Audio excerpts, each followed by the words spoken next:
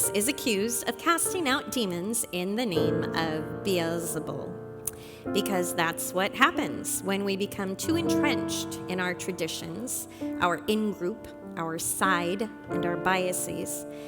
We can watch someone actively doing something good and attribute bad motives because he's not one of us, whatever that means.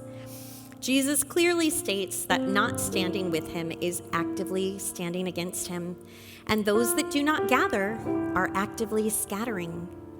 Richard Rohr shares what happens when people care more about ritual and group identity than heeding the words of the prophets when he writes, "As a young man, I so identified with Jeremiah and his call that I chose it as the first reading at the Mass I first celebrated. I still relate to it deeply when I'm in what feels like a perpetual critical mode toward church and state. It would be so much nicer to just go about my life as a happy Franciscan, but prophets need to live on the edge of the inside if they are to speak from a proper perspective. Definitely not in the comfortable center, but also not outside, throwing stones without empathy for the full situation.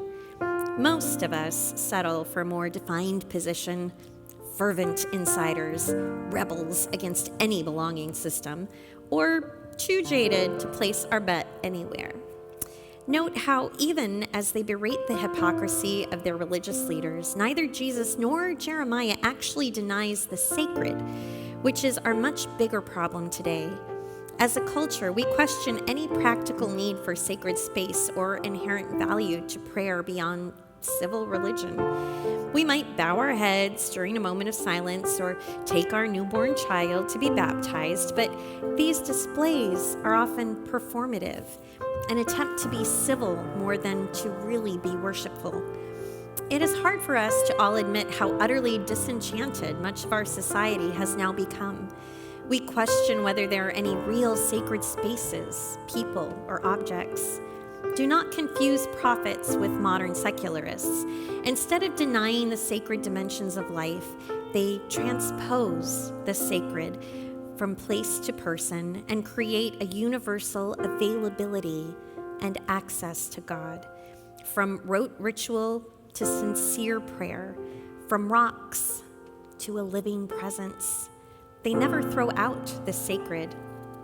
Christianity, in whatever form it takes, is not about attendance at religious services, proper group-defining rituals, or priestly performances. God does not, as Jeremiah and Jesus preached, desire to be worshipped, or we would have a very needy and codependent God.